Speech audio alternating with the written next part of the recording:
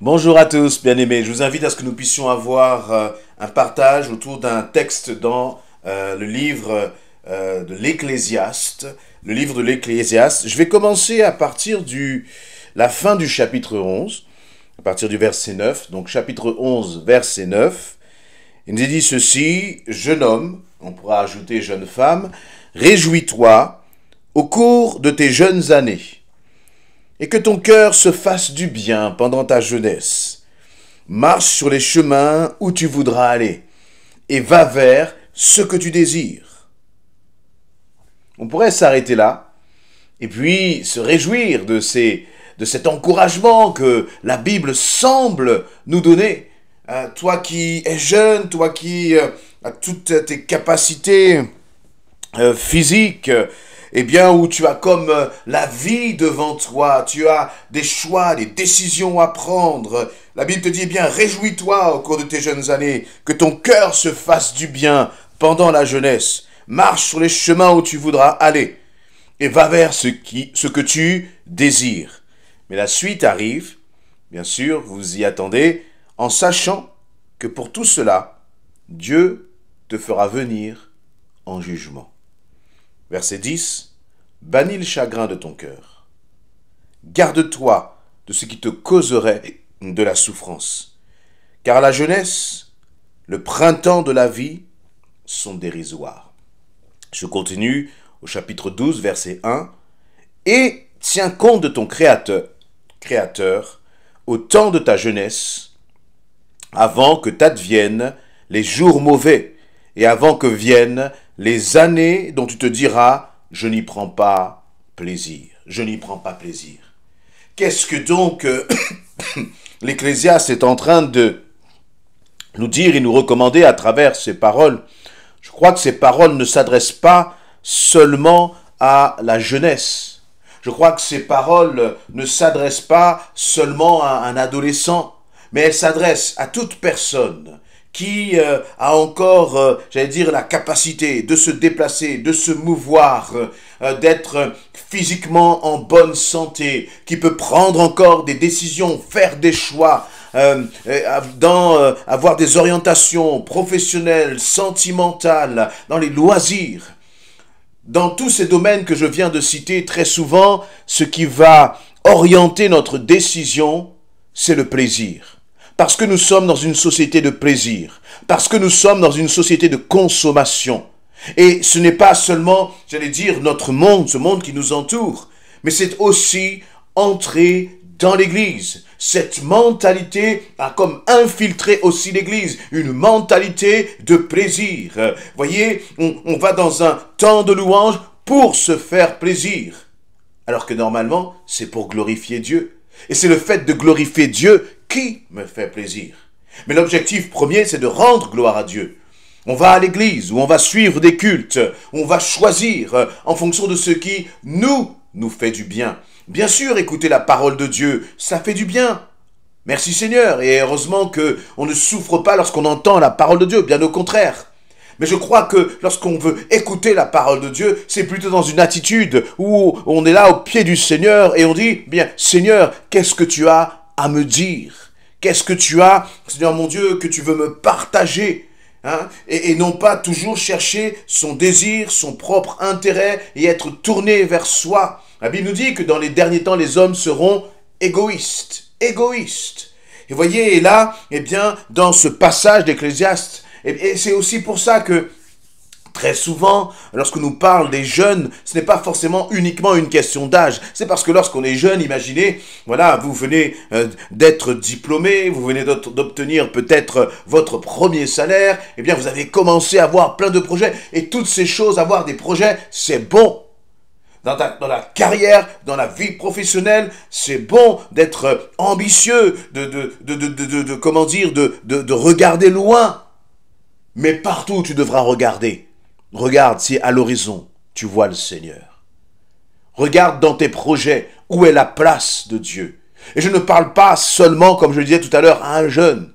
Je parle aussi à une personne qui est peut-être qui a des responsabilités familiales ou autres. Et même dans le cadre du mariage, quand parfois le mariage ne fonctionne pas trop comme on s'y attendait, eh bien on se dit, mais je n'y prends plus de plaisir. Et donc lorsqu'on commence à se dire cela, parce qu'on n'y prend plus de plaisir, on commence à réfléchir à des portes de sortie.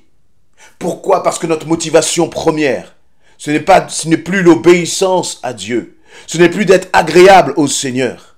Mais parfois dans nos cœurs, l'objectif premier, c'est le plaisir. C'est chercher la satisfaction. Et aller de satisfaction en satisfaction. Mais n'avez-vous pas remarqué que la satisfaction de ce monde, elle est passagère? Que la jouissance que l'on peut avoir dans ce monde, c'est une jouissance qui en chasse une autre. Il y a comme là une forme d'addiction qui nous pousse à aller toujours plus loin. Mais plus nous marchons dans la satisfaction, la recherche de satisfaction personnelle, et plus nous nous éloignons de Dieu. Parce que si l'on regarde à la vie de Jésus-Christ, il était là, assis à la droite du Père. Il régnait dans la gloire, avec des myriades d'anges qui étaient autour de lui et qui criaient « Saint, Saint, Saint est l'Éternel des armées », qui louait et adorait l'agneau. Il a laissé tout cela. Et d'une certaine façon, il a laissé ce plaisir, laissé cette satisfaction. Il a laissé cette gloire pour descendre sur terre, revêtir un corps de chair et se laisser humilier, rabaisser jusqu'à la croix. Et il l'a fait pour nous. Et donc notre Jésus n'a pas cherché le plaisir, mais par amour, il s'est soumis, il a cherché l'obéissance au Père. Et c'est intéressant de voir que justement, dans ce passage, le Seigneur s'adresse aussi aux jeunes et il te dit, mais que vas-tu faire de ta jeunesse? L'avantage quand on est jeune, c'est que on a encore sa vie devant soi, ses années devant soi. Alors bien sûr, le Seigneur peut revenir à tout moment. Il peut aussi nous ôter la vie à tout moment. Mais en général, voilà, on a la vie devant soi. Et c'est donc important de se demander, mais qu'est-ce qui va guider ma vie? Quelles sont les décisions? Comment je vais arbitrer dans mes choix? Est-ce que je vais regarder par rapport à moi-même? Ou est-ce que je vais faire en sorte que Dieu soit glorifié? Parce qu'il va dire, tu vas marcher sur les chemins, mais il y a un jour, à la fin du verset 9, où il va dire, pour tout cela, eh bien, tu viendras en jugement devant le Seigneur. Nous n'aimons pas tellement cette notion de jugement, parce que nous sommes plutôt confortés par un évangile à l'eau de rose, mais le Seigneur fait de nous des hommes et des femmes libres, mais responsables. Tu es libre de tes choix, mais pour chacun de tes choix, tu devras rendre des comptes à l'Éternel. Pourquoi est-ce qu'on doit rendre des comptes à l'Éternel? Ben c'est lui qui te donne le souffle de vie.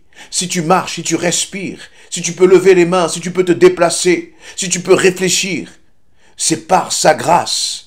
Si tu as pu obtenir des diplômes, c'est par sa grâce. Toi, tu vas dire, mais oui, j'ai travaillé. Oui, tu as travaillé. Mais tu aurais pu abattre des heures et des heures de travail.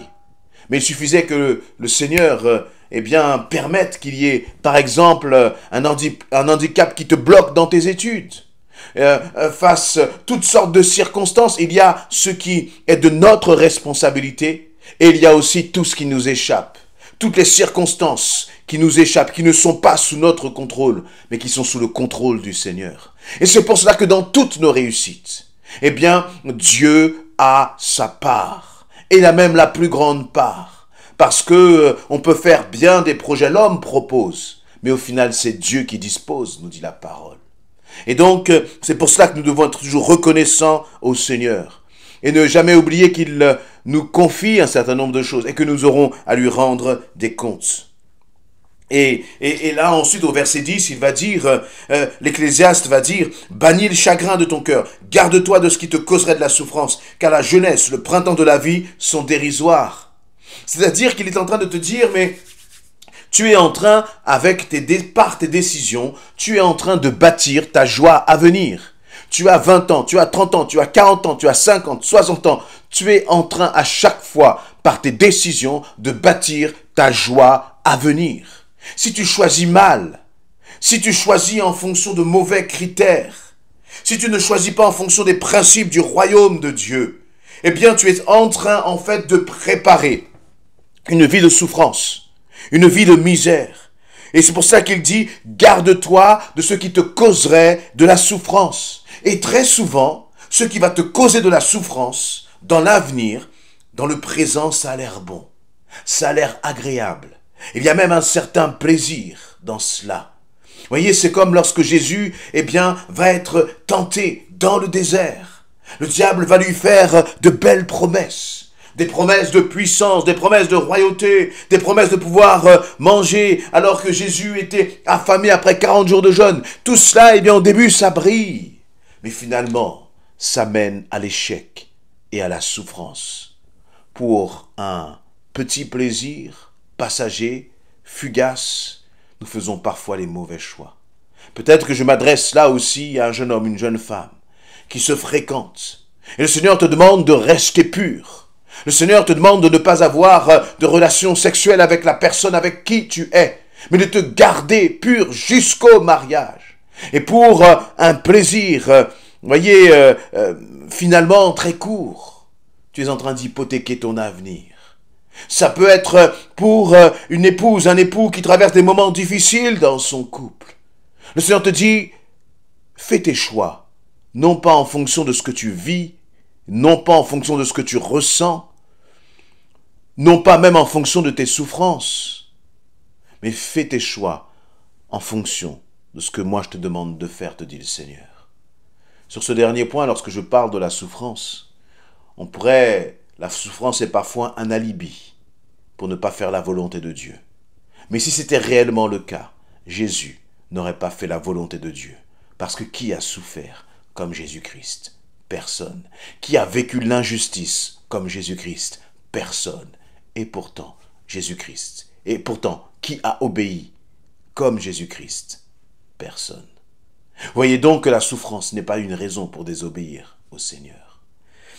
Et que cette désobéissance créera de toute façon dans l'avenir, de la souffrance.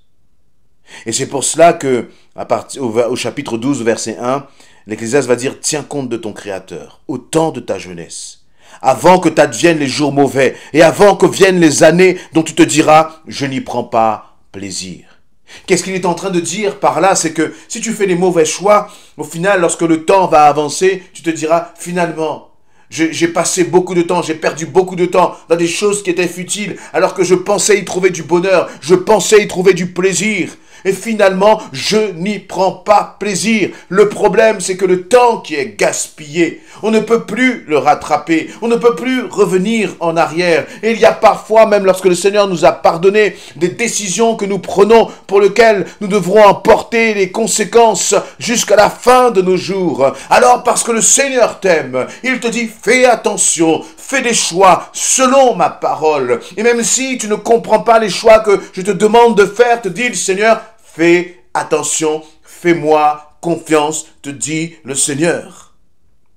Tiens compte de ton Créateur au temps de ta jeunesse. Et j'aime cette phrase-là dans ce verset 1, chapitre 12. Tiens compte de ton Créateur lorsque tu choisis quelque chose, lorsque tu prends une décision, lorsque tu t'orientes dans un projet, ou lorsque tu prends une décision qui est, importante dans ta vie. Est-ce que tu tiens compte de ton Créateur? Remarquez qu'il ne nous est pas dit « tiens compte de l'Éternel ». Il ne nous est pas dit « tiens compte du Seigneur ». Il ne nous est pas dit « tiens compte de ton Dieu ». Mais il nous est dit dans ce verset 1 « tiens compte de ton Créateur ». Pourquoi ton Créateur? Parce que Dieu te rappelle que tout ce que tu as, jusqu'à ton souffle de vie, jusqu'au nombre de cheveux sur ta tête, si tu respires, ce n'est que par la grâce, ce n'est qu'un cadeau. De qui? De ton Créateur. Parfois, nous prenons le contrôle de nos vies comme si nous étions nos propres créateurs. Comme si nous pouvions faire ce que nous voulons et que nous ne devons rendre de compte à personne. La réalité, c'est que tu crois en Dieu ou que tu ne crois pas en lui. Que tu aies donné ta vie à Christ ou que tu ne lui aies pas donné. À la fin des fins, il y aura un temps du jugement. Et c'est le Créateur qui, sanctionnera ou te bénira pour l'éternité. Alors, comme le dit ce verset, tiens compte de ton Créateur chaque jour qui passe. le matin quand tu te lèves, jusqu'à son coucher, aie les yeux fixés sur le Créateur et demande-lui, Seigneur, qu'est-ce que tu veux que je fasse? Amen.